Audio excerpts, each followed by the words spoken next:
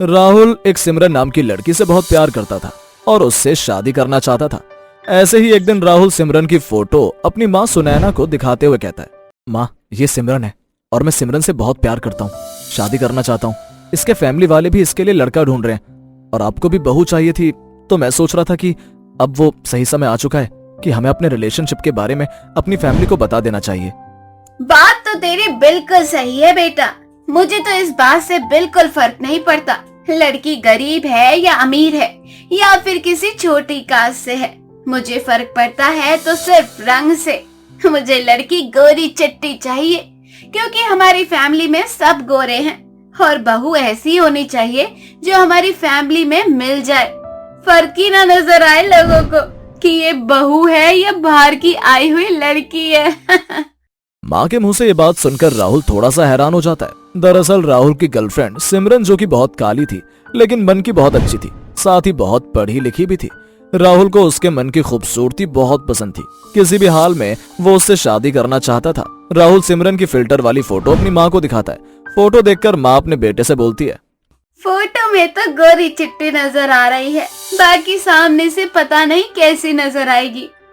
नैन नक्श भी काफी अच्छे हैं, सुंदर तो है लड़की, बस ऐसी ही होनी चाहिए ताकि आगे आने वाली पीढ़ी भी गोरी ही हो। खानदान थोड़ी बदलना है हमको।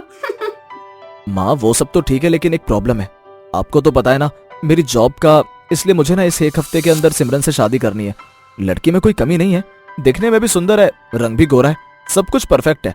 मैं एक हफ्ते के अंदर शादी इसलिए करना चाहता हूँ क्योंकि अब मुझे एक हफ्ते बाद शहर से बाहर जाना है और शायद 2 साल लग जाएंगे मुझे, और इसकी फैमिली वाले शादी के लिए काफी प्रेशर बना रहे हैं।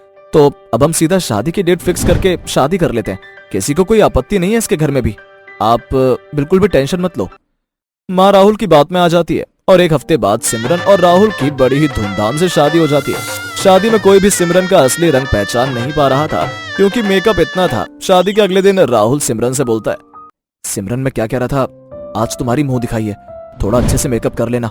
मैं तो कहता हूँ कि बाहर से मेकअप आर्टिस्ट बुला देता हूँ, वो तुम्हारा मेकअप कर देगी।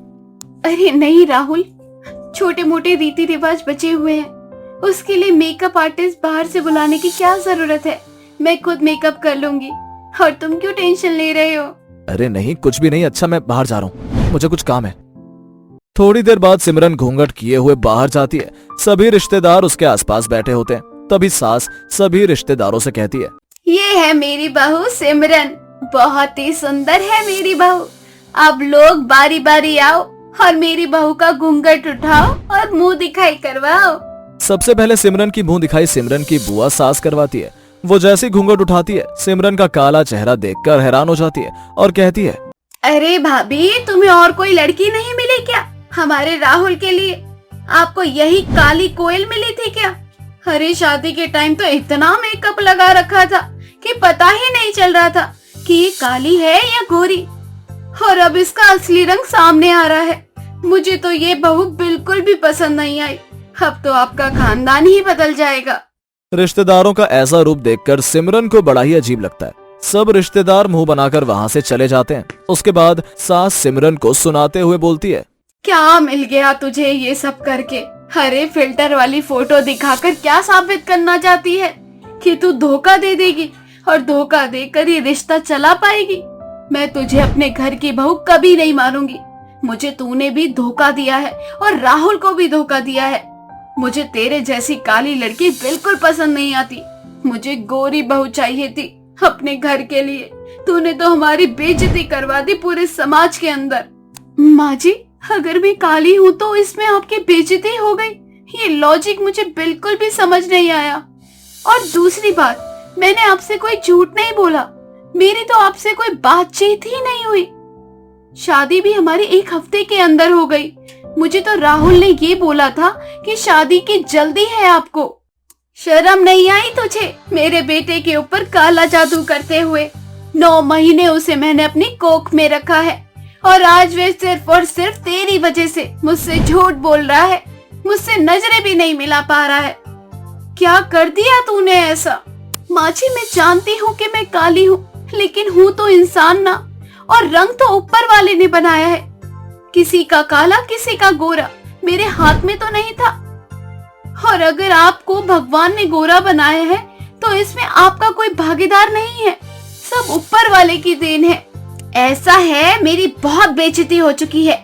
अब मैं तुझे इस घर की बहू कभी नहीं मानूंगी। निकल जा मेरे घर से अभी और इसी वक्त, फिर चाहे मुझे जो कुछ भी करना पड़े, तुझे इस घर में नहीं रखूंगी। निकल जा यहाँ से। सिमरन अपनी सास को बहुत समझाने की कोशिश करती है। उस समय राहुल भी घर पर नहीं था। सिमरन बार बार राहुल को फोन कर रही थी। राहुल का फोन भी नहीं लग रहा था। सिमरन को मजबूरन अपने आत्मसम्मान के लिए वो घर छोड़कर अपने घर आना पड़ता है। सिमरन बहुत टूट चुकी थी, बहुत बुरी तरह से रो रही थी। जब राहुल अपने घर आता है तो वो देखता है कि सिमरन घर पर नहीं है।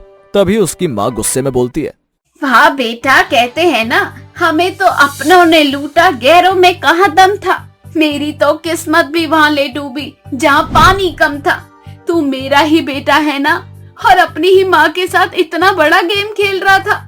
तुझे क्या लग रहा था फिल्टर वाली फोटो दिखाकर उस काली माई को इस घर की बहू बनाकर ले आएगा और मैं उसे स्वीकार कर लूंगी? ऐसा कभी नहीं होने दूंगी। शादी तो हो गई, लेकिन अब वह इस घर में कभी नहीं आएगी।